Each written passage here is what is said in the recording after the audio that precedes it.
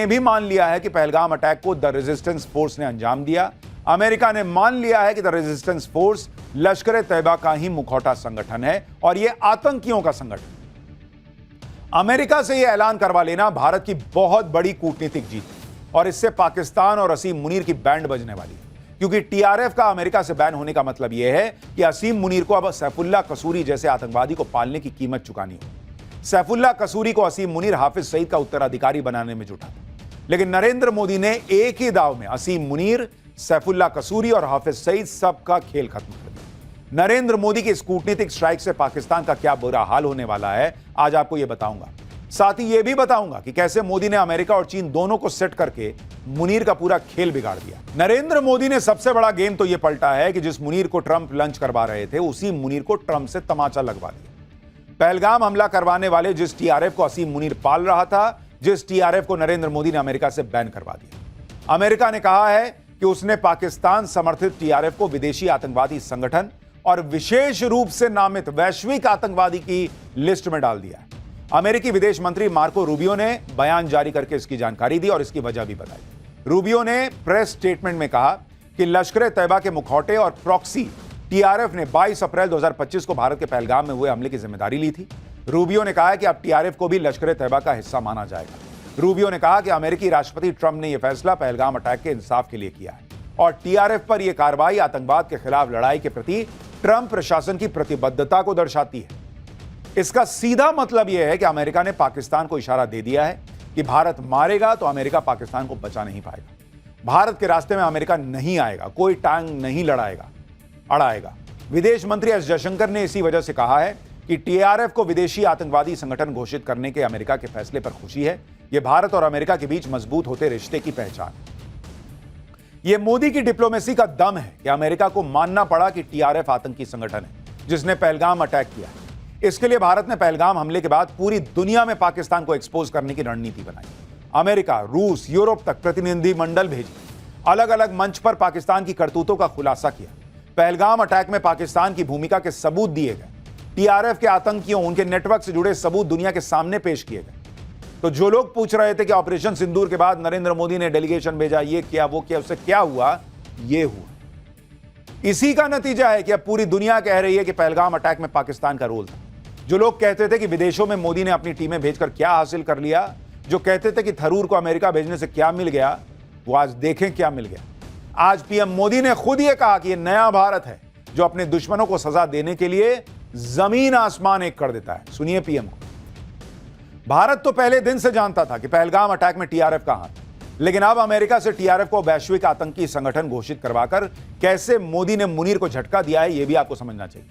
भाई, मुनीर चाहता था कि वो पहलगाम अटैक के मास्टरमाइंड सैफुल्लाह कसूरी को लश्कर तैयबा का नया चीफ बना दे और बूढ़े हो चुके हाफिज सईद को मरवाकर उससे पीछा छुड़ा ले। इससे मुनीर दो काम करना चाहता था, एक तो लश्कर को नए सिरे से दोबारा खड़ा करना और दूसरा मुंबई अटैक के मास्टरमाइंड हाफिज सईद को लेकर भारत का दबाव खत्म कर देना। लेकिन मोदी ने टीआरएफ को विदेशी आतंकवादी संगठन घोषित करवाकर सैफुल्लाह कसूरी और हाफिज सईद दोनों को एक साथ निपटा दिया, क्योंकि लश्कर का सारा गेम तो टीआरएफ के दम पर चल रहा था। लेकिन अब टीआरएफ की विदेशी फंडिंग पर रोक लग जाएगी। टीआरएफ के आतंकियों के सारे विदेशी बैंक खाते फ्रीज हो जाएंगे। टीआरएफ पर बैन लगने से सैफुल्लाह कसूरी भी वैश्विक आतंकी बन गया है और हाफिज सईद को तो संयुक्त राष्ट्र और अमेरिका पहले ही वैश्विक आतंकी घोषित कर चुके हैं। यानी अब अगर मुनीर ने कसूरी और हाफिज सईद जैसे आतंकियों की फील्डिंग करनी नहीं छोड़ी तो मुनीर के लिए भी मुसीबत और बढ़ जाएगी। अमेरिका ने टीआरएफ को बैन करके सिर्फ मुनीर के मुंह पर तमाचा ही नहीं मारा, बल्कि पाकिस्तान सरकार को भी किसी को मुंह दिखाने लायक नहीं छोड़ा। क्योंकि पहलगाम अटैक के बाद जब संयुक्त राष्ट्र ने पहलगाम अटैक में टीआरएफ को दोषी बताया था, तब कैसे पाकिस्तान के विदेश मंत्री पाकिस्तान की संसद में खड़े होकर टीआरएफ का बचाव कर रहे थे।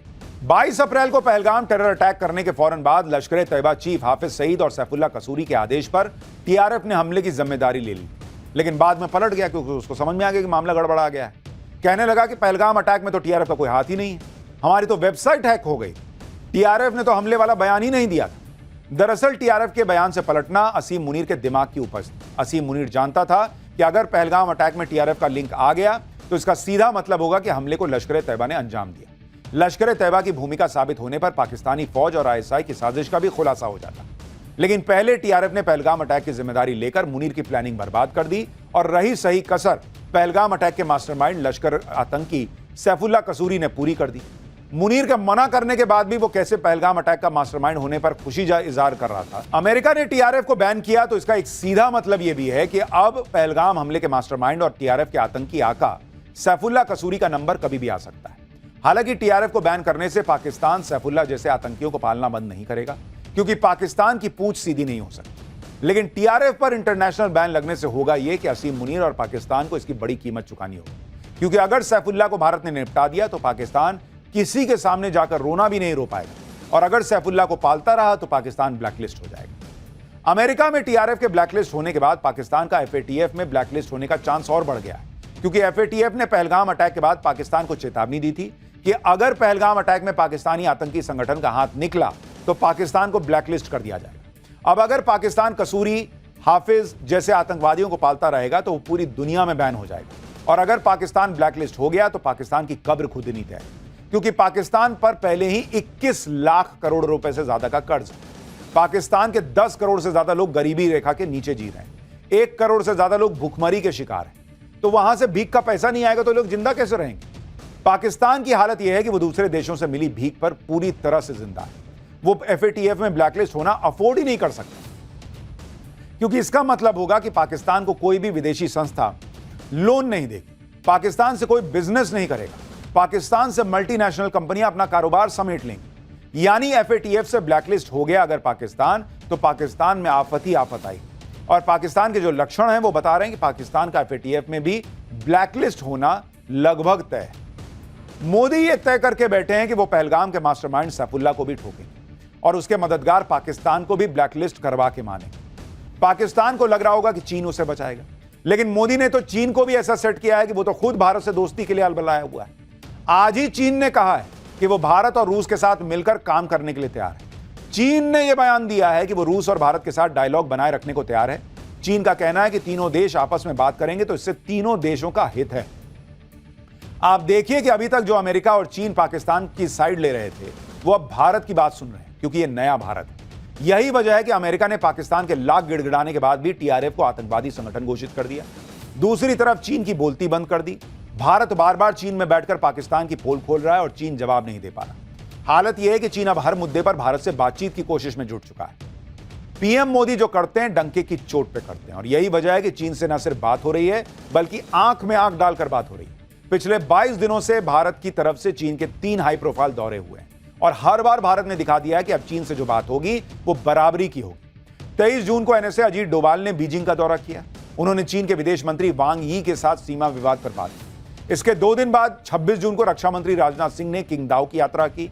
यहां उन्होंने एससीओ रक्षा मंत्रियों की बैठक में पाकिस्तान को कड़ा संदेश दिया। फिर 15 जुलाई को विदेश मंत्री एस जयशंकर ने चीन का दौरा किया, जहां उन्होंने चीन के राष्ट्रपति शी जिनपिंग तक पीएम मोदी का मैसेज पहुंचाया। एनएसए अजीत डोभाल और राजनाथ सिंह ने चीन पहुंचकर पाकिस्तान के खिलाफ जमीन तैयार की। इसके बाद जब विदेश मंत्री एस जयशंकर चीन पहुंचे तो उन्होंने चीन के राष्ट्रपति को पीएम मोदी का मैसेज दिया कि आतंकवाद पर पाकिस्तान का साथ और भारत से दोस्ती का हाथ एक साथ नहीं मिलाया जा सकता। इसके बाद जब एससीओ विदेश मंत्रियों की बैठक हुई, जिसमें पाकिस्तान के विदेश मंत्री इशाक डार मौजूद थे, इशाक डार के सामने जयशंकर ने आतंकवाद के मुद्दे पर पाकिस्तान को जमकर लड़ाड़ा और पाकिस्तान को पूरी दुनिया के लिए खतरा बता दिया।